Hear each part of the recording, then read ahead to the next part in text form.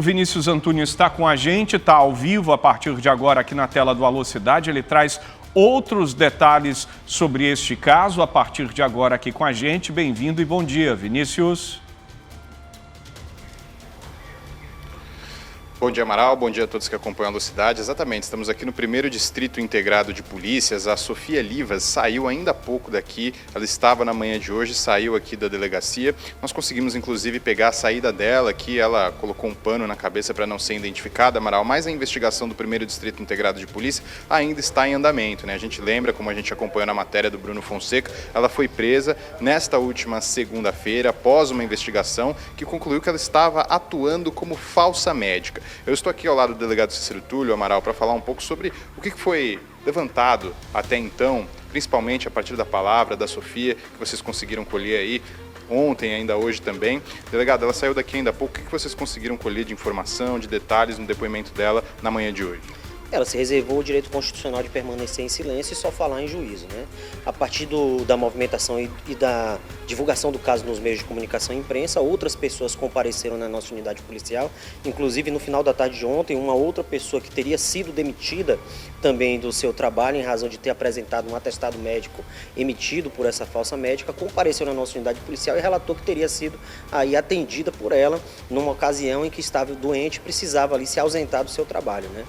Tudo isso faz parte do inquérito policial. Agora a gente vai avaliar todo o conjunto probatório que foi produzido, em especial durante as buscas domiciliares, principalmente o conteúdo residente no telefone da suspeita, em decorrência aí do cumprimento da ordem de quebra de sigilo de dados telemáticos. Delegado, ela se utilizava realmente de um carimbo de uma outra médica que tinha apenas o primeiro nome dela, né? Este carimbo, não necessariamente ela teria roubado o carimbo, mas ela extraiu essas informações e utilizava para passar credibilidade, né? De fato, né? Ela conseguiu se infiltrar no meio dos médicos, ali num curso de pós-graduação que é ministrado aqui na região metropolitana de Manaus, e esses médicos acabaram convencidos por ela a chamar ela a participar de um programa de acompanhamento e atendimento a crianças cardiopatas e a gestantes com fetos diagnosticados ali com cardiopatias graves, né?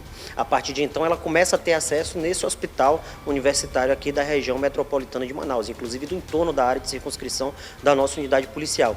E no interior desse hospital ela acaba tomando posse ali de algumas informações a respeito de uma médica que atuava naquele hospital e que tinha o mesmo nome dela, né? O primeiro nome igual ao dela. E aí ela passa a utilizar aqueles dados de CRM dessa médica durante os seus atendimentos em consultórios que eram cedidos por outros médicos que acreditavam que ela de fato era uma médica. Delegado, ainda há pouco nós ouvimos a mãe de uma vítima, ela relatou que a Sofia inclusive consultou o filho dela que tem paralisia cerebral. O senhor falou que chegaram outros relatos aí de pessoas que foram, né, consultadas aí com a Sofia. Essa questão da paralisia cerebral, ela também atuava nesse tipo de caso?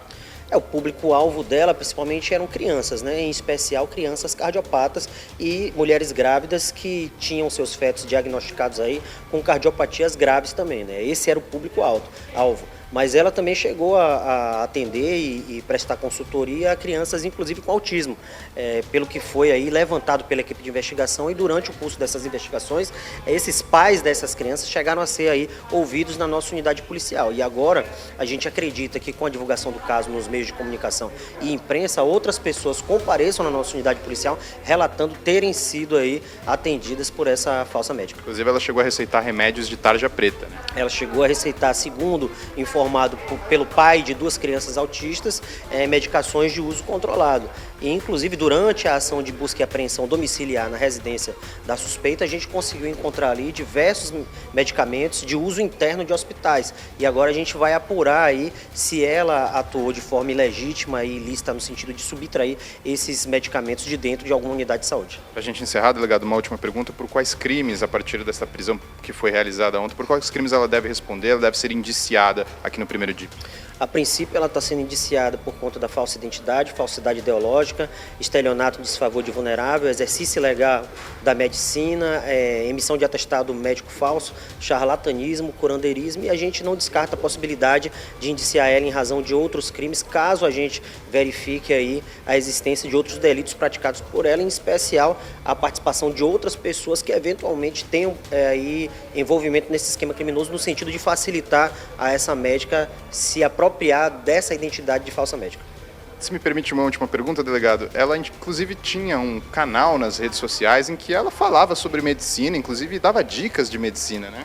Ela foi convidada, né, ela convenceu outros profissionais de medicina a convidá-la a participar de um podcast onde ela atuava aí como apresentadora. Chegou a apresentar alguns programas desse podcast que era voltado para a comunidade científica e comunidade médica, inclusive realizando entrevistas a outros profissionais da medicina. Obrigado, delegado Cícero Túlio, aqui, titular do 1º Distrito Integrado de Polícia. Então, Amaral, a gente segue acompanhando o caso. A Sofia saiu daqui do 1º DIP ainda há pouco para realizar os procedimentos, como exame de corpo e delito, audiência de custódia também. Daqui a pouquinho, Amaral, a gente retorna a falar sobre esse caso, porque nós conversamos mais cedo com a mãe de uma vítima, né, uma criança que acabou se consultando aí com a Sofia, e ela deu relatos de como foram essas consultas, o que a Sofia passou, receitou em relação ao diagnóstico que ela concedeu a esta criança que se consultou com ela. Quer ficar por dentro de todo o universo da programação de A Crítica? Então se inscreve no nosso canal, aciona o sininho que você vai ficar por dentro de tudo e não vai perder nenhum detalhe. Vem com a gente!